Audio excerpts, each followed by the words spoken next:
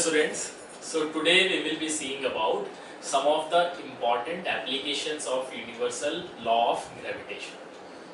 So the first application is number 1.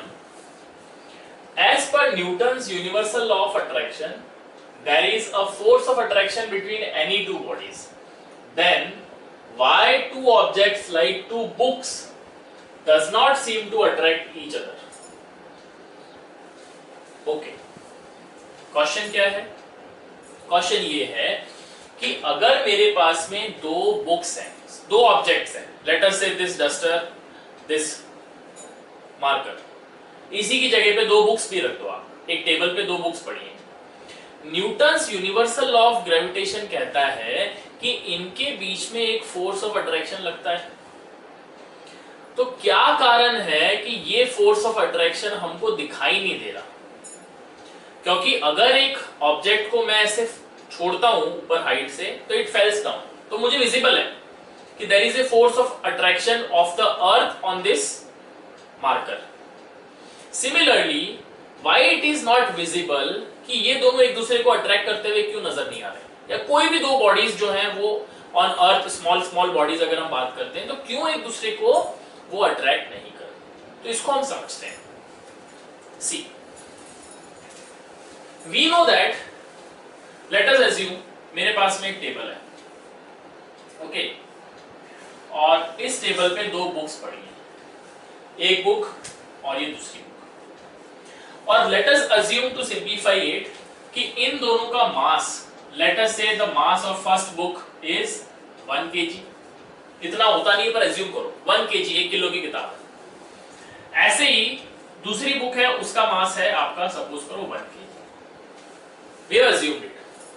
Now the question is why these two books does not have or does not appear to attract each other. Let us also assume that these books are kept at 1 meter apart. ठीक है, 1 metre के distance पे, ये मैं assumption कर रहा हूं। Okay, तो let me say, so the mass of the first body is what? 1 kg. Mass of the second body is what? 1 kg. How much is the distance between them? The distance between them is 1 meter. Now, as per Newton's universal law of gravitation, between any two bodies there is a force.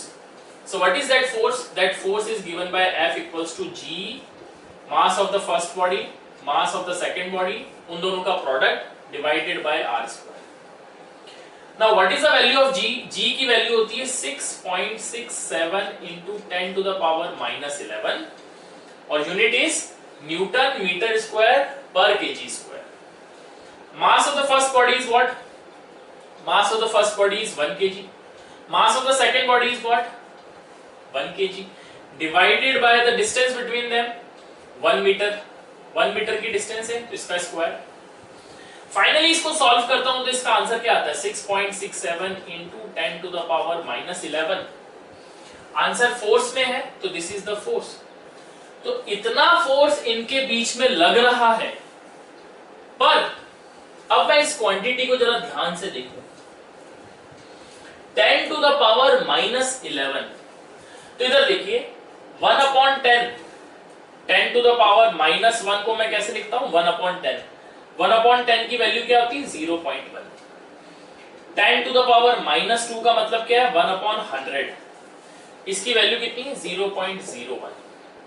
इस तरीके से 10 to the power minus 11, इसकी value क्या होगी? 1/ कितने zero? 11 zero. 1 2 3 4 5 6 7 8 9 10 11। तो इसकी value कितनी होगी? इसकी वैल्यू होगी 0 और कितने टाइम्स चल रहा है? 11 टाइम्स। तो 1 2 3 4 5 6 7 8 9 10 11, ये वैल्यू है इस 10 to the power minus 11 की। 11 डिजिट्स लगे हुए हैं जीरो के बाद में, तो इसको मैं बोल सकता हूं it is what? 10 to the power minus 11 आया है into 6.67। तो इसकी मैं अगर वैल्यू फाइंड आउट करूं तो मुझे इस नंबर से इसको मल्टीप्लाई करना है 6.67 को, तो आंसर क्या आएगा? 0.12345678910 और ये 11वां का 6 इस तरफ आ जाएगा एंड 6 7 ये 6 7 तो इधर ही थे तो इतना ये नंबर आया है आपका दिस मच न्यूटन तो मैं इसको बोल दूं this is approximately equal to what इतने जीरो के बाद में 667 आया है तो इसका मतलब ये है कि it is approximately equal to what 0 क्योंकि इतने डेसिमल के बाद में 667 है तो 0 newton is the force which is acting between these two bodies approximately 0 actual कितना है इतना जिसको मैं अप्रोक्सीमेटली बोलता हूं 0 यही कारण है कि जब दो ऑब्जेक्ट्स आपको टेबल पे दिखाई दे रहे हैं या आपको नेचर में दिखाई दे रहे हैं तो उनका मास क्योंकि बहुत कम है तो उनके बीच में जो फोर्स है दैट इज नेग्लिजिबल नेग्लिजिबल का मतलब क्या होता है we can treat it as 0 so this 0 newton आया तो इनके बीच में फोर्स कितना हुआ नेग्लिजिबल फोर्स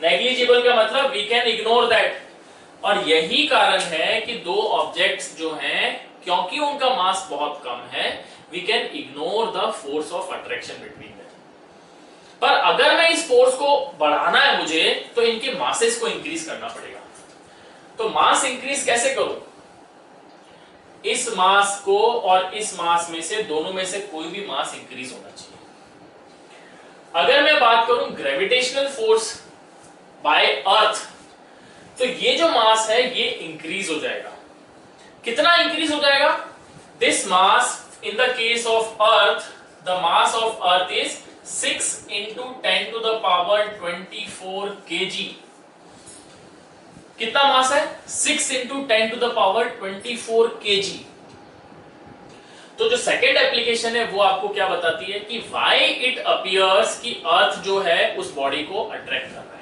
वो फोर्स फाइंड आउट करके बताते हैं तो ये फोर्स समझ आ गया ये नेग्लिजिबल था अगर मैंने एक बॉडी अर्थ ले ली है ना अभी तो क्या था why the two objects like two books does not seem to attract each other अगर मैं इसके हिसाब से अगर एक बॉडी को अर्थ मान लूं और दूसरी बॉडी को बुक रहने दूं तो क्या होता है वो देखते हैं तो सेकंड एप्लीकेशन देखते हैं when the first body is earth and the other body is the object on the earth let us say again the book तब उसका कितना होता है फोर्स वो अब हम लोग चेक कर लेते हैं तो इसके लिए एज्यूम करें दिस इज एप्लीकेशन नंबर 2 कि फोर्स बिकॉज ऑफ अर्थ का अट्रैक्शन फोर्स फाइंड आउट करना है तो suppose this is the earth और इस पे एक छोटा सा ऑब्जेक्ट पड़ा है एज्यूम करो और इसका जो मास है मास of the body A is 1 kg again and what is the mass of earth the mass of the earth is 6 into 10 to the power 24 kg 6 into 10 to the power 24 kg then what is the distance between the center यहां से लेके object के बीच में कितनी distance होगी that is equal to let us assume कि ये object तो बहुत छोटा है और ये इस पे पड़ा है किस पे अर्थ पे पड़ा है तो इस ऑब्जेक्ट का हम रेडियस इग्नोर कर सकते हैं ultimately what will be the distance between these two bodies the distance between these two bodies will be equal to radius of earth let us say the radius of earth is given by re so now what will be the force between the two bodies so gravitational force कितना होगा due to earth तो कितना होगा it will be equal to Newton's first law mass of the first body into the mass of the second body divided by the distance between them उसका square अब mass of the first body is what it is equal to 1 kg 1 kg what is the mass of the second body mass of the second body is the mass of earth second body क्या है अर्थ है, उसका मास कितना है 6 into 10 to the power 24 kg. Now what is the distance? The distance is r is equal to the radius of the earth. क्योंकि radius of the earth जो है वो बहुत ज्यादा है as compared to the, if you are taking a circular body, as compared to the radius of the body. Otherwise क्या होता है, दोनों बॉडीज के सेंटर से सेंटर तक की डिस्टेंस फाइंड आउट करनी है ना, पर ये जो डिस्टेंस है ये रेडियस ऑफ अर्थ है और ये जो बॉडी है ये इसका रेडियस है, तो अगर ये तो किलोमीटर्स में है, this is in kilometres and this is in metre, let us say 1 metre भी होगा तो 1 मीटर में 1 किलोमीटर में अगर 1 मीटर ऐड कर दूंगा तो कुछ फर्क पड़ेगा, कुछ नहीं फर्क पड़ेगा, अप्रोक्सीमेटली सेम रहेगा। तो मैं एज्यूम कर सकता हूं कि इनके बीच की जो डिस्टेंस है that is equal to radius of earth. Now how much is the radius of earth? Radius of earth is 6400 kilometres. So what is the radius of earth? 6400 kilometre. अब मुझे इसको मीटर में कन्वर्ट करना है, तो metre में अगर आप कन्वर्ट करते हो तो ये कितना हो जाता है 6400 into 1000 मीटर्स। तो मैं इसको लिख सकता हूं 1 2 3 4 5 6 6.4 into 10 to the power 6 metres. तो ये आ गया distance between these two bodies. अब mass of the earth, mass of the earth इस जगह पे मैं क्या लिखूंगा, मास ऑफ द अर्थ, यहां रेडियस की जगह पे क्या लिखूं, इन डिस्टेंस के बीच की जगह पे क्या लिखूं, रेडियस ऑफ द अर्थ का स्क्वायर। जी की वैल्यू कितनी है 6.67 into 10 to the power -11 into 1 तो हट गया, मास ऑफ द अर्थ कितना है 6 into 10 to the power 24 divided by radius of the अर्थ कितना है 6.4 into 10 to the power 6, इसका स्क्वायर मतलब 6.4 into 10 to the power 6 से मैं इसको दोबारा मल्टीप्लाई कर दूं।